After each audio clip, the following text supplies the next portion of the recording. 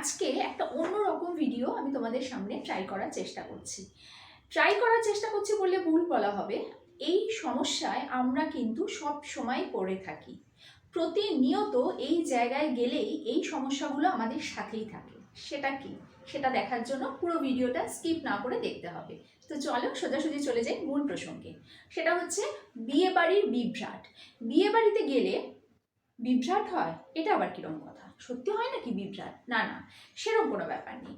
ব্যাপারটা হচ্ছে যখনই আমরা বিয়ে বাড়িতে যাই সেজে গুজে মেকআপ করে, সেটা বিউটি পার্লার থেকেই হোক বা বাড়ি থেকে, আমরা প্রথমে কি দেখি বিয়ে বাড়িতে গিয়ে? ব্রাইডকে দেখি? একদম না। সবার আগে আমরা নিজেকে দেখি। গাড়ি থেকে নামলাম বা অটো থেকে নামলাম বা টোটোর থেকে নামলাম বা রিক্সা থেকে নামলাম, সবার আগে নজর যায় আমাদের দিকে। আমার মেকআপ, আমার চুল, আমার শাড়ি, গয়না সমস্ত কিছু ঠিকঠাক আছে কিনা। স্পেশালি যদি শাড়ি পরি তাহলে তো পুরো অ্যাটেনশন শাড়ির দিকেই থাকে। ভুল বললাম কি?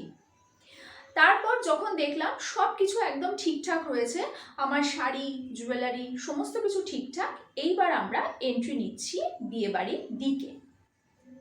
বিয়েবাড়িতে ঢোকার সাথে সাথে আমরা কি দেখি? ডেকোরেশন? ব্রাইড? একদম না। গ্রুম? একদম না। তবে কি দেখি? এবার দেখি নাম্বার 2, যেটা দেখি সেটা হচ্ছে কজন লোক আমাকে দেখছে, তাই তো? আমাকে যদি দেখে, আমার দিকে যদি তাকায় এবং তাদের এক্সপ্রেশন যদি ঠিকঠাক হয়, তাহলে বুঝি আজকে আমার সাজটা একদম সার্থক হয়েছে, তাই তো? যখন দেখি সবাই আমাকে দেখছে, বেশ ঘুরে ঘুরে দেখছে, আর আমরা মেয়েরা তো এগুলো বেশ ভালো বুঝি যে আমাকে ভালো লাগছে না খারাপ লাগছে কারোর চোখ দেখে, তো তখন কিন্তু মনে একদম লাড্ডু ফোটে, কি বলো? এরপর আস্তে আস্তে ঢুকছি বিয়েবাড়ির দিকে, মানে যেখানে বর কনে, বা বিয়েবাড়ি হলে শুধু কনে বা শুধু বর বসে আছে সেখানে। ঢোকার পর হাতে তো ফোন আমাদের অবশ্যই রয়েছে। এবার যেই তুমি ফোন নিয়ে ব্রাইড বা গ্রুমের কাছে গিয়ে ফটো তুলতে যাবে, সাথে সাথে ফটোগ্রাফার এসে যদি তোমায় সরিয়ে দেয়, তাহলে কিন্তু মনটা একদম তেতো হয়ে যায়, কি বলো? তখন মনে হয় আমার সাজটা বোধহয় ঠিক নেই, আমায় বোধহয় ভালো লাগছে না, আমায় বোধহয় মানাচ্ছে না। আর যদি দেখো সে বাড়ির লোকজন তোমায় টেনে নিয়ে গেল তাদের বাড়ির সাথে, তাদের সাথে তোমাকে ফটো তোলানোর জন্য, তাহলে বুঝবে তোমার সাজ একদম 100% ঠিকঠাক আছে।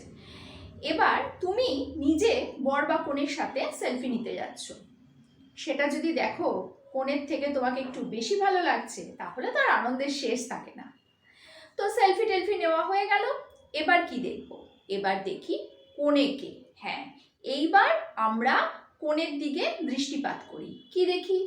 কত ভরি গয়না আছে, গয়নাগুলো সমস্ত সোনার কিনা, সোনার খাজে একটু হিরে দেখা যাচ্ছে কিনা, যদি হিরে দেখা যায় সেটা ডাস্ট অফ ডায়মন্ড না বেশ মোটা ডায়মন্ড, সেটাও দেখি। আচ্ছা, কালো না ফর্সা, মেকআপ করে ফর্সা না এমনি ফর্সা, মানে ধরো পাশের বাড়ি তো সবসময় বিয়েতে মানে হয়, মানে বিয়ের পাশের বাড়ির বিয়েতে গেলাম, তাহলে তার সেই মেয়েটিকে আমরা অনবরত ছাদে ঘুরতে টুরতে দেখবো বা ব্যালকানিতে আসতে দেখবো, তখন কালো ফর্সা বুঝতে পারবো। কিন্তু যদি বিয়ে বাড়ি দূরের হয়, তখন তো ওখানেই আমার যাচাই করে আসতে হচ্ছে যে ব্রাইড ফর্সা না কালো, মোটা না রোগা। যদিও চোখের সামনে মোটা বা রোগা বোঝা যায়, সেখানে আর কিছু মানে গন্ডগোল করার সুযোগ থাকে না। তো যাই হোক, গয়নাগাটি দেখার পর, বেনারসি দেখার পর, চুল বাঁধা দেখার পর, এবার আমার ডিসিশন জানানোর পালা। কেউ এসে, মানে কনের মা এসে জিজ্ঞেস করলো বা তার শাশুড়ি এসে জিজ্ঞেস করলো কেমন হয়েছে আমার বৌমা, বা কেমন লাগছে আমার মেয়েকে। আমরা কি উত্তর দিই? ভীষণ ভালো লাগছে, খুব ভালো লাগছে, সেই কত ছোট দেখেছিলাম, ও তো ছোট থেকেই ভীষণ সুন্দর, তাই না? ঠিক একটু পরে আমার পাশের বাড়ির কাকিমা বা পাশের বাড়ির দিদি বৌদির সাথে কি বলি? সুন্দর লাগছে, ছাতা লাগছে, ও তো মেকআপ করে সুন্দরী, ও তো মেকআপ ডললেই দেখবে সব কালো রং বেরিয়ে গেছে। আরে বাবা, ওকে তো অনেকদিন থেকেই দেখছি, কোথায় সুন্দর? সব মেকআপে হয়েছে, সব মেকআপের জাদু, এইসবই তো বলে থাকি আমরা। তো এরপরে বলি যে ও তো মেকআপে সুন্দরী হয়েছে, মেকআপ দিয়ে সুন্দর। ওই রং নিয়ে আলোচনা, চুল নিয়ে আলোচনা, চোখ নিয়ে আলোচনা, নাকটা মনে হচ্ছে একটু চাপা, চোখটা কিন্তু বেশ ছোট, একটু টেরাও হতে পারে। আমি তো শুনেছি মেয়ের নাকি চশমা আছে, এখন সে লেন্স পরে রয়েছে, ইত্যাদি ইত্যাদি নানান আলোচনা হলো সাজগোজ নিয়ে। এবার গিফট নিয়ে আলোচনা। জিজ্ঞেস করছি কি গিফট দিয়েছো? একজন বলল আমি তো 500 টাকা দিয়েছি। 500 টাকা? আজকালকার দিনে কেউ 500 টাকা গিফট দেয় নাকি? সে তখন বলছে, আরে বাবা, আমার হাজবেন্ড দুজনেরই তো সুগার, দুজনেই সুগারের পেশেন্ট, মিষ্টি দই তো কিছুই খাবো না, আইসক্রিমও খাবো না, তো খাওয়ার মধ্যে যেটুকু খাবো সেই হিসাব করেই তো টাকাটা দিলাম। তারপর ছেলেও এলো না, ছেলের নাকি পরীক্ষা, তো দুজনের খাওয়া কত টাকা দেব, তারপর অর্ধেক জিনিস তো খাবো না, বিরিয়ানি হলে তার আলু খাবো না, তারপরে যদি আলুর কোনো কিছু থাকে তাহলে তো সেটা খাবো না, তাহলে সেই হিসাবে দেখতে গেলে তো 500 টাকা বেশিই দিয়েছি। আমি তো শুনে অবাক, এরকম আবার খাওয়ার হিসেব করে কেউ টাকা দেয় নাকি? এরপর সাজগোজ খাওয়া দাওয়ার পর এবার যখন তুমি মুখের সামনে খাবারটা ধরতে যাবে ঠিক তখনই ক্যামেরাম্যান এসে তোমার মুখের সামনে চুপটি করে দাঁড়াবে, মুখটা এরকম ফুলে গেছে, তখন সে ভিডিও করবে। হয়তো এরকম তোমার সাথেও হয়, বড্ড বিরক্তিকর। যতবার চিকেনের টেংরি তুলছো ততবার ক্যামেরা হাজির হচ্ছে, যতবার মুখে রসগোল্লা পুড়তে যাচ্ছ ততবারই হাজির, যতবার চেটে চেটে চাটনি খেতে যাচ্ছ ততবার তাদের আবির্ভাব। এরকম সবার সাথেই বিয়ে বাড়িতে হয়ে থাকে, আমার মতো সবার সাথেই হয়। সব থেকে বিভ্রান্তি, সব থেকে বিরক্তিকর, সব থেকে অপছন্দের জিনিস কোনটা জানো? আমার সাথে তো এটা খুব হয়, তোমাদের হয় কিনা জানি না। খেয়ে দিয়ে যখন বেরোচ্ছ, মেকআপ তো প্রায় উঠে গেছে, এত সাজগোজ আর তোর বহন করা যাচ্ছে না, বাড়ি গিয়ে মনে হচ্ছে কতক্ষণে ছেঁড়া নাইটি আর হাওয়াই চটিটা পরলে ধরে যেন প্রাণ আসবে। ঠিক তখনই যারা ঢুকছে, যারা এন্ট্রি নিচ্ছে আর তুমি বেরোচ্ছ, তোমার তো সাজগোজ প্রায় একদম দি এন্ড, আর যারা ঢুকছে তাদের তো একদম ঝকমকি চকমকি সাজ, সেই সময়টা বড্ড বিরক্ত লাগে। আমি জানি অনেকে হয়তো বলবে এখন তো এরম লিপস্টিক বেরিয়ে গেছে, লিপস্টিক ওঠে না, সেই লিপস্টিক উঠুক চাই না উঠুক, সাজ কিন্তু একটু ডাউন হয়ে যায় খাওয়ার পর। আমার সাথে তোমরা আশা করি একমত হবে। আমি তো এটা ভীষণ ফিল করি যে কোনো অনুষ্ঠান বাড়ি, স্পেশালি বিয়ে বাড়িতে খাওয়ার পর মনে হচ্ছে আর পাচ্ছি না, আর নড়াচড়া করা যাচ্ছে না, বাড়ি গিয়ে নাইটি আর হাওয়াই চটি পরলে ধরে প্রাণ আসবে।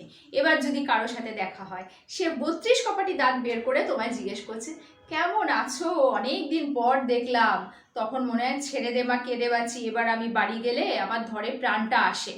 কিন্তু ওই কিছু করার নেই, তোমাকেও 32 কপাটি বের করে বলতে হবে, খুব ভালো আছি, এই তো এসে তোমাদেরই খুঁজছিলাম যে কোথায় ছিলে তোমরা, তা দেখতে পেলুম না, ওই জন্য ঢুকে গেলুম আমরা। তো যাই হোক, বিয়ে বাড়িতে এই বিভ্রান্তি কিন্তু সবার সাথে ঘটে থাকে। যখন সেজে গুজে আমরা বিয়ে বাড়িতে যাই তখন আমাদের এনার্জি লেভেল থাকে এইখানে, আর যখন আমরা বিয়ে বাড়ি থেকে আসি তখন কিন্তু এনার্জি লেভেল ডাউন হতে হতে হতে হতে একদম মানে মাটির সাথে মিশে যায়। এটা তোমাদের সাথেও নিশ্চয়ই হয়ে থাকে। তো এক্ষেত্রে বিয়ে বাড়িতে কোনো একজন বড় ব্লগার, আমার মনে আছে, বলেছিল নাইটি পরে যদি বিয়ে বাড়িতে যাওয়া যায়, তো আমি তাকে কমেন্ট করেছিলাম, দিদি তাহলে বেনারসির নাইটি পরে গেলে কিরম হয়, বা ভালো কোনো কাপড়ের নাইটি পরে গেলে কেমন হয়। তো আমাকে বলেছিল, এটা খুব ভালো সাজেশন দিয়েছো তুমি, বেনারসির নাইটি পরে বিয়ে বাড়ি, এরকম হলে বেশ ভালো হতো বলো। ওই শাড়ি, তারপর বিয়ে বাড়ির একটা স্পেশাল শাড়ি থাকে, একটু ভারী তো হয়, ভালো শাড়ি, দামি শাড়ি মানে একটু ভারী, তার সাথে জুয়েলারি, সে যে জুয়েলারি পরি না কেন, তখন মানে বিরক্ত লাগে। যখন যাই তখন তো বেশ ভালো লাগে, এন্ধু নিয়ে চলে গেলাম, এবার ফেরার সময় তখন একদম নেলিয়ে হেলিয়ে একসাথে, একদম তখন বিরক্তির শেষ থাকে না। তারপর বাড়িতে এসে তো আরও বিরক্তি, শরীর ছেড়ে দেয়, তখন সেই মেকআপ তোলরে, শাড়ি খোলরে, চুল খোলরে, স্পেশালি চুল যদি পার্লার থেকে বেঁধে থাকো, ব্যাস ওই চুলের পেছনে তো 1 ঘন্টা সময় অবশ্যই যাবে, সেই ওই ল্যাকার দিলে ব্যাস একদম অবস্থা খারাপ। তো এরকম বিয়েবাড়িতে বিপদ বা বিয়েবাড়ির এরকম বিপজ্জনক অবস্থার সম্মুখীন নিশ্চয়ই তোমরাও হয়ে থাকো, আমি তো হই। আমার সাথে যদি একমত হও কমেন্ট সেকশনে অবশ্যই কমেন্ট করো। আর নতুন বন্ধুদের জন্য বলছি, যদি চ্যানেলটা এখনো সাবস্ক্রাইব করে না থাকো, শুধু দেখে চলে যাচ্ছ, প্লিজ চ্যানেলটা সাবস্ক্রাইব করে দিও, আর পাশে থাকা বেল আইকনটা অবশ্যই প্রেস করে দিও, যাতে আমার ভিডিওর নোটিফিকেশন পৌঁছে যায় সবার আগে তোমাদেরই সামনে। কালকে আসবে একটা নতুন ভিডিও নিয়ে, ততক্ষণের জন্য বাই।